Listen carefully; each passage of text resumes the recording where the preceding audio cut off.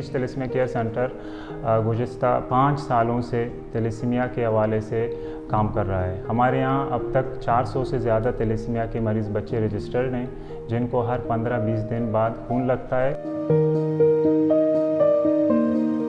हमें सिर्फ चंद ही NGO support कर रहे हैं, जिसमें किरण फाउंडेशन और काशिफ इकबाल तिलिस्मिया केयर सेंटर हैं, लेकिन सपोर्ट की कमी की वजह से हमारे यहाँ बहुत सारी मुश्किलात का हमें सामना करना पड़ रहा है।